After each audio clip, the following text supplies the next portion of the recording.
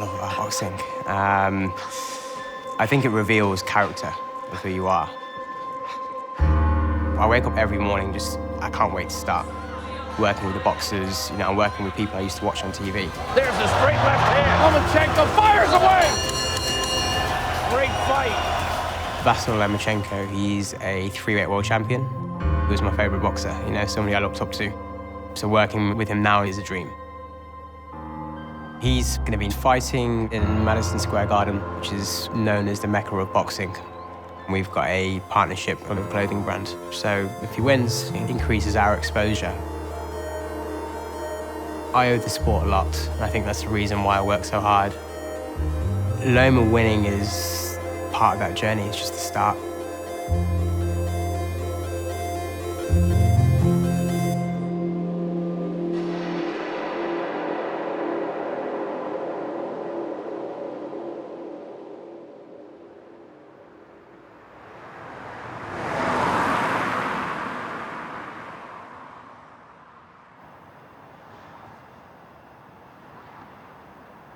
See, that's the thing with time.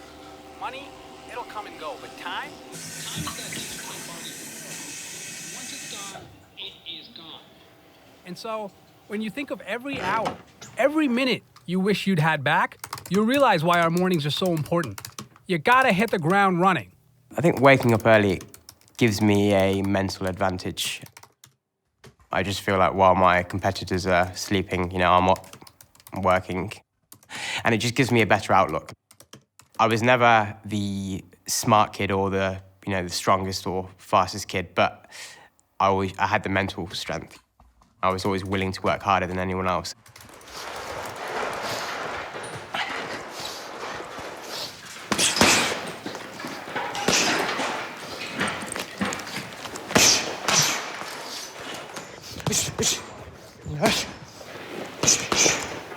Started boxing at the age of 12. I was getting into a little bit of trouble in school. Definitely realised that I needed to be able to look after myself. And I think it comes down to just not fitting in as a kid, one, because of the colour of my skin, and then two, because we just didn't have a lot. My neighbourhood I wouldn't say it was a poor hood. It was definitely sort of working class. But I think the difference was that the kids, they had a lot more than I did, in the sense of, what they get for Christmas, the sort of clothes they'd wear, the trainers, the backpacks. So I grew up with a chip on my shoulder, wanting to fit in, and that feeling of not quite having what other people had, and I couldn't really do a lot about it. Well, at least that was my, mindset then. My neighbourhood is all white. Me and my brother, who are the only brown people there. That definitely helped me gravitate towards the boxing. It made me less of an easy target if they knew that I wasn't prepared to sort of back down.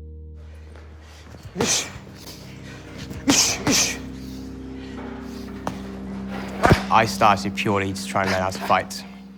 And within, a few weeks of being in there and then going back to school, I realised that it wasn't about being able to actually fight. And it was the confidence it gave you, being the bigger man.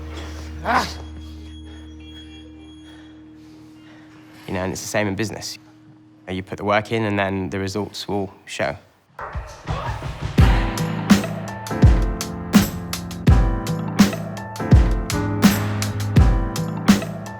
And Boxraw, I'm missing Boxraw as well. Boxraw has 7 employees here in Coventry and around 3 or 4 in the States. Yeah, sweet. When I first realised that I needed to launch Boxraw, I thought it would take me 3 minutes to launch. I was so delusional in thinking that I'd just create the clothing brand and people were going to come there. Well, I was very much a one-man band. I was doing everything from the Photoshop to the website to the designing of the clothes, the pick and packing. Pete, look at this. We only had our first employee about 7 months ago. I think Boxraw filled a void. We looked at boxing as a journey rather than a destination. Nobody was fixated on the journey, they were more just fixated on the fight night. Why aren't you talking about the struggle, the 5 a.m. runs? Why aren't you talking about the mental strain that it has on you? They didn't represent boxing as what I knew it to be.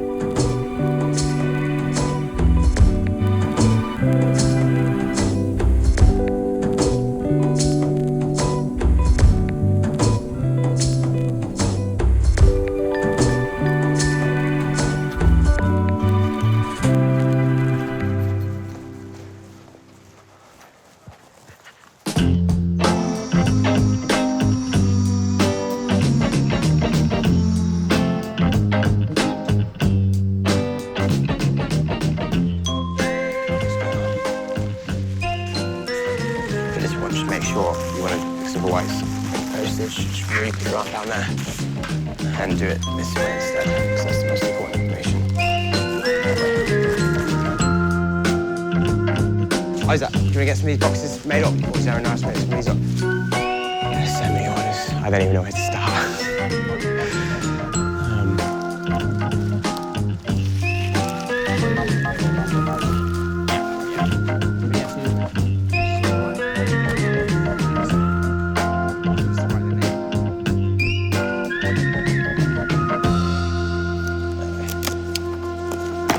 So this is the new Loma line dropping in preparation for his fights.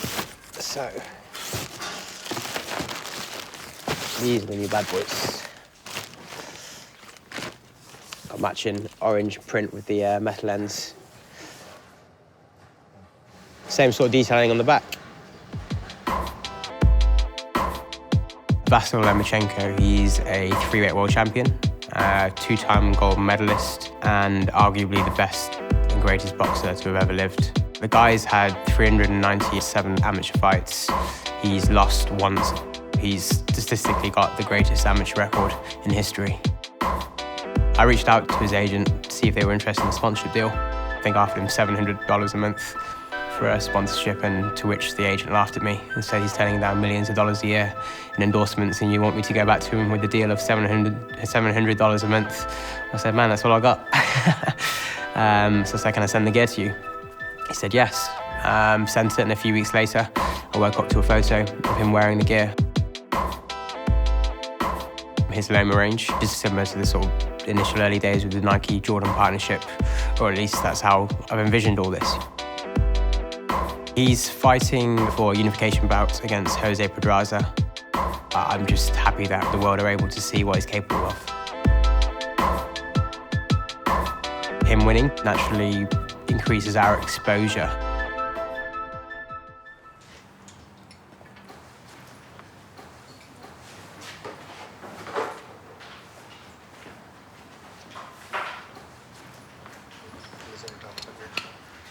Yeah, I know that.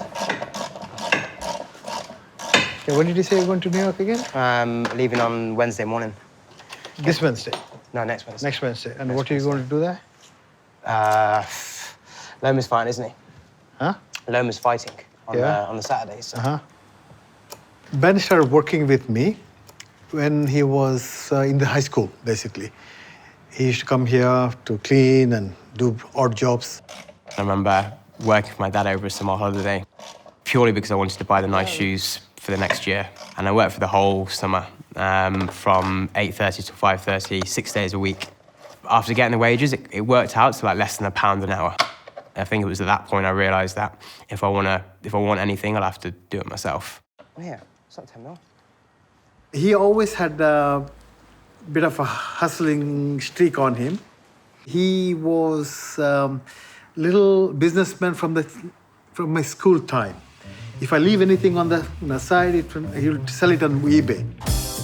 I set up an eBay account at the age of 15 and I started buying things in bulk. I'd buy watches for about £6, sell them for £40 in school. I'd call phone shops and say, I'm a business owner, I'm interested in buying 100 phones. I'm going to send my son to the store, he'll pick up the phones. I'd be buying clothes in bulk, DVDs, MP4 players actually. I used to get damaged cars, repair them and then sell them. It's as simple as that. It's a horrible trade. A customer called me once, and after a long conversation, he said, oh, you know what, it's really great just to speak to an English person on the phone. I hate going to where all these packies are and selling these dodgy cars. I was like, sir, I need to tell you I'm brown, and yeah, he hung up the phone. So when I first started, Boxraw ran out of here. So I'd be changing oil filters by the day and then packing orders by the night. And all this area here, we converted into a warehouse. The roof used to leak. All these beams, when the rain used to come, there's holes in the roof which we had to later fill. And then we couldn't even fix the roof because of asbestos, so we had to just keep filling it, as you can see. But it did the job. You know, there was enough space, and fortunately, 6 months ago, we grew out of it. Everyone said I was crazy in the early days. You know, you're making so much money with the cars, why are you going to go into selling clothing? Who's going to buy a boxing clothing brand? But I realised, okay, I made, you know, over $1 million in my second year of the car sales, putting decent effort in. Why don't I put 100% into this and see what I'm capable of?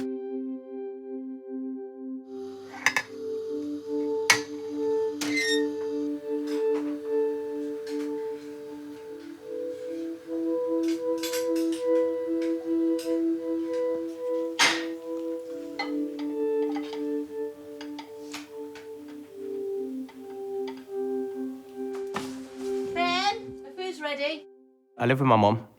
It's just me and her. If I wasn't there, it would be very hard for me to sort of work at the same rate that I'm working, just because every single day, there's dinner on the table, washing's done. You know, I'm very fortunate in that regard. There's not many 27-year-olds living with their mom, having them cook and clean for them. So what did you do this morning?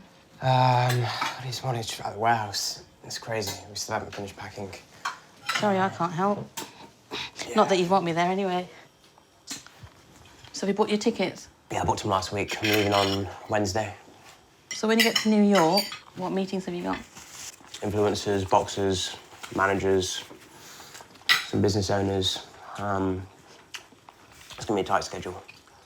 So these people, have you met them before? Some of them. A lot of them over the internet. So are they sort of like positive about Boxraw, or have you got to try and persuade them? Yeah, it's not so much I'm going there to sell something, but just see what can be done. So where are you staying? Opposite MSG, actually. Oh, where? Opposite MSG. What's an MSG? MSG, the Madison Square Garden. Oh, I see. I Where the don't fight know all is. these short-term lingo. I was surprised to learn that Ben was going down the route of sort of a boxing clothing line, but I thought it was a brilliant idea as well, that, you know, he found a niche in the market and was sort of going for it. And that's Ben. Ben is one of these people that just seems to have a knack to know what the niche, you know, find an opening, and he's not afraid to have a go. Get on and get some work done. Okay. I'll do this, don't worry. Cheers.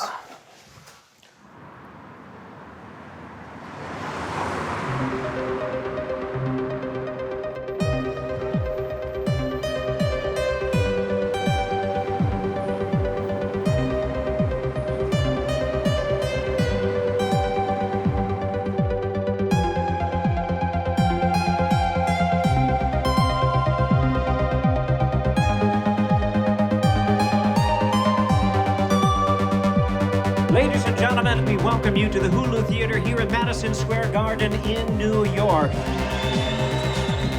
And now, ladies and gentlemen, here he is, the WBA World Champion from Ukraine, a three-weight division pound-for-pound star, two-time Olympic gold medalist in this sport.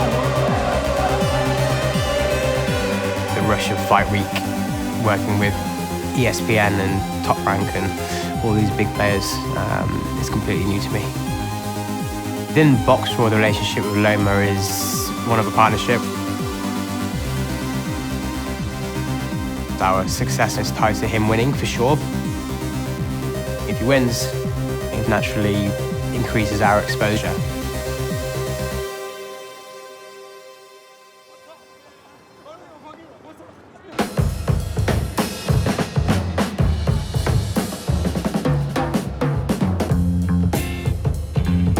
New York's all about hustle, man, and I love that, yeah.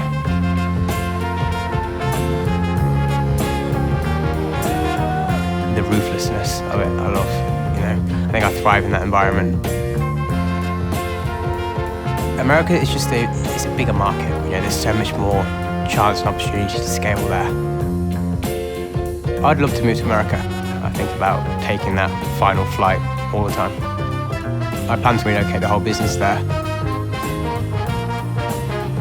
In 5 years' time, Boxraw will be competing with Nike and Adidas.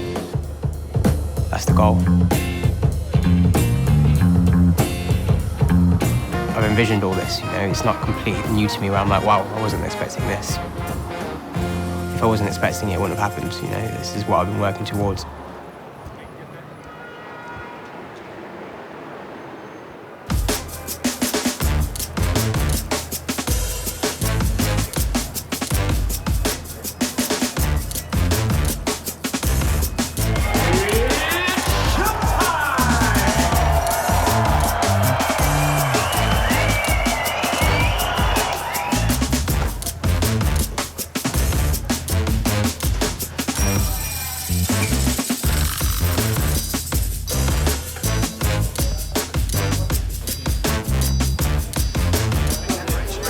the creator and the founder of Boxraw. Yo, Some of shout out, the, guys. yeah, some of the best boxing clothes in the world.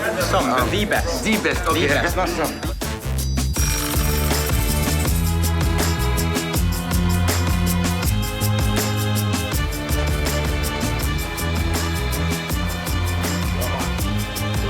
People would think I'm crazy if they knew all the sort of ideas and dreams and goals that I've got. But I didn't do this to be the small boutique boxing clothing brand. You know, I did this to compete with the big boys.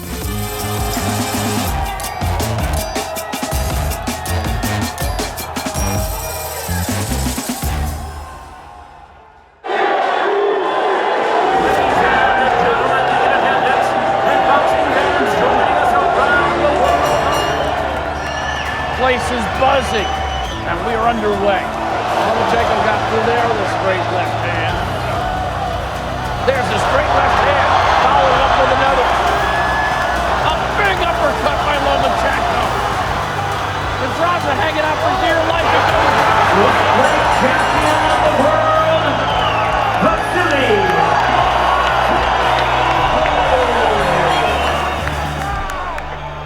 I owe the sport a lot. And I think that's the reason why I work so hard at this business and trying to pioneer this boxing lifestyle. I'm aware of what it's done for me, and I'm fully aware of what it can do for other people.